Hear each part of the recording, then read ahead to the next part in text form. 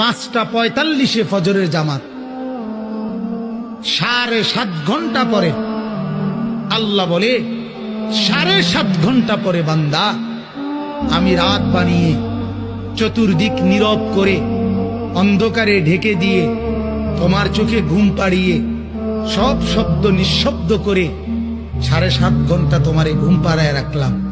আহা, ছোট বাচ্চাও তো মাকে বলে মা তুমি ঘুমাবা না,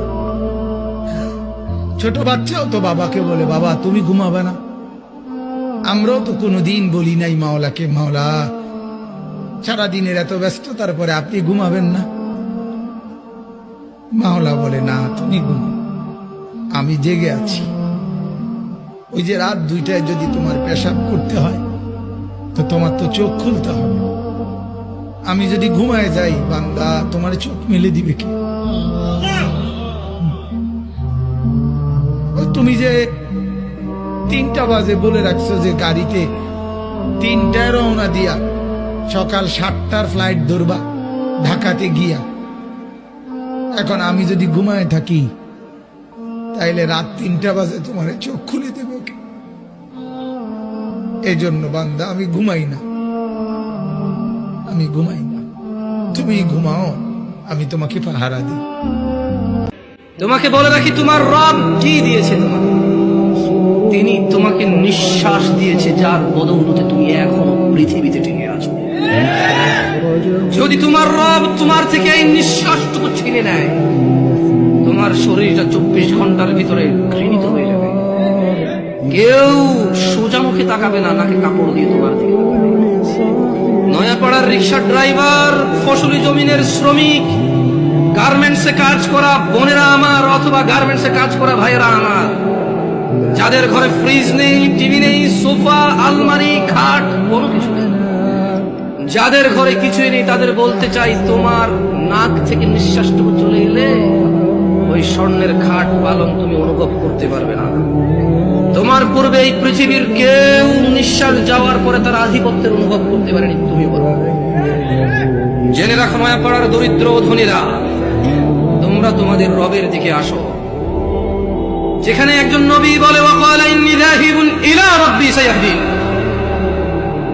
আমি আমার রবের দিকে চললাম, তিনি আমাকে অবশ্যই হিদায়াত দেবেন। তোমরা রবের দিকে যাবে তো ইনশাআল্লাহ। এটাই কিন্তু সেই জামানা, যে জামানা সম্পর্কে নবীজি বলেছিলেন যে একটা জামানা আসবে, সুদ প্রচুর ছড়িয়ে যাবে, মানুষ হালাল হারামের পরোয়া করবে না, এবং যারা সুদ মুক্ত থাকতে চাইবে তাদের গায়েও গিয়ে সুদের ছিটাফোঁটা গিয়ে লাগবে। আজকে লাগছে না? দেখুন তাহলে কত সময় বাকি আছে, দেখুন চিন্তা করুন। আমরা এখন ইসলামের কথা বলছি, আর এই কথাগুলো নবী সাল্লাল্লাহু আলাইহি ওয়াসাল্লাম 1400 বছর আগে বলে গেছে।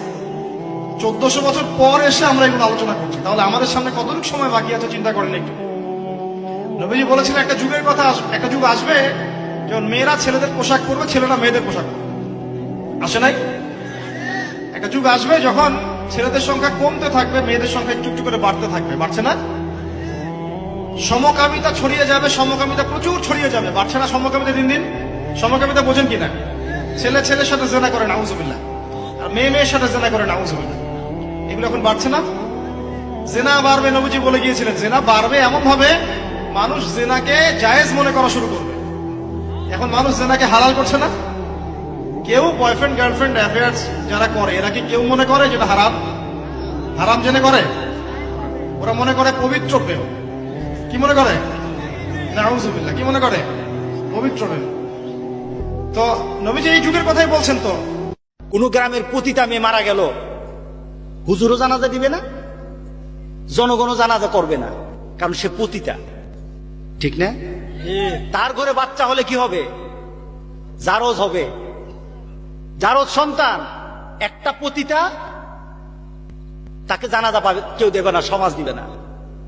দিবে না? দিবে নাকি? দিবে না। জানাশোনা হলে দিবে না কেউ।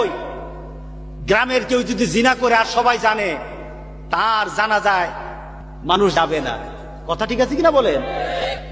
কিন্তু কোন লোক যদি একবার একটা টাকাও যদি সুদ খায়, সুদ দেয়, সুদ খায়, সুদ দেয়, একটা টাকা, রাসূল পাক সাল্লাল্লাহু আলাইহি সাল্লাম বলেছেন 40 বার জিনা করে যত বড় গুনাহ হতো, যতটুকু না হতো তার আমল নামায় এতটুকু না গুণে যায়। এটা আউযুবিল্লাহ। 8-10টা বিয়ের প্রস্তাব দিয়েছি, মানুষ গ্রহণ করে নাই। হ্যাঁ, কারণ হচ্ছে আমার টাকা পয়সা ছিল না, বাড়ি নাই, টাকা নাই, কিছু নাই। তোমার সাথে বিয়ে শাদী দিয়ে কি হবে? আমার মেয়ের ভবিষ্যৎ খারাপ করবো নাকি? এখন লাইন ধরে করে কি করে? এখন যুবকরা এখানে খুব মানে কষ্টে ভোগে। বুঝি, আমিও বুঝি, কারণ আমরাও ভুগেছি এক সময়। হ্যাঁ, ওই জন্য একদিন বলেছি আপনাদেরকে, মানুষের অবস্থানকেই আছে। আপনার অবস্থান যদি এখন ভালো হয় না, দেখবেন আপনার পিছনে মেয়ের বাপের অভাব নাই। তুমি মোবাইলে মানুষের বেডি দেখো, তোমার বেডি এটা সাইলা যে কার বেডি দেখলে তুমি? ছাগল কোথাকার, কার মেয়ে দেখলা? অসভ্য, কোন নর্তকী দেখলা? ওই জানোয়ার তোমার চিনে? তুমি যে তার রূপ যৌবন দেখলা, মজা পাইলা, সে তো বিনিময়ে টাকা রোজগার করে, সে তো পয়সার কাঙ্গাল, সে তো তার রূপ বিক্রি করে, যৌবন বিক্রি করে, দেহ বিক্রি করে, সে তো বেশ্যা, সে তো পতিতা, সে তো অসভ্য।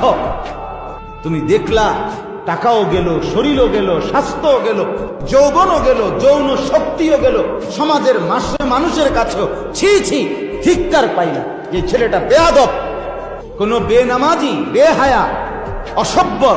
তুমি যদি রাতের গভীরে, রাত 2টায় 7 তবক জমিনের নিচেও যদি অন্ধকারে উলঙ্গ ছবি দেখো, আল্লাহর কসম মনে রাখো, দুনিয়ার মানুষ ঠিকই কেউ দেখে নাই, কিন্তু মানুষ তোমাকে দেখে ঘৃণাই করবে, কারণ আল্লাহ তাআলা মানুষের দিলে নাফরমানের প্রতি ঘৃণা তৈরি করে। আমার শায়েখ আল্লামা মুফতি মুশতাকুন নবী সাহেব আরিফ বিল্লাহ হযরতকে আমি দেখছি, উনি তো বাংলাদেশি মানুষ, কিন্তু এই যে হজ্জের সফরে মক্কায় মদিনায় বহুবার দেখছি, আরো বহু দেশের মানুষ, অন্য দেশীয় লোক, কিন্তু ওরা তো ওনারে চিনে না, ওরা তো ওনার সাথে কথাও বলে না, কিন্তু চেহারার দিকে তাকাইও দেখছি মুসাফা করে, অর্থাৎ বোঝে এই চেহারা বলেই দেয়, না বললে কি সে কথা, চেহারাই বলে দেয় এটা কোন আল্লাহ ওয়ালার চেহারা।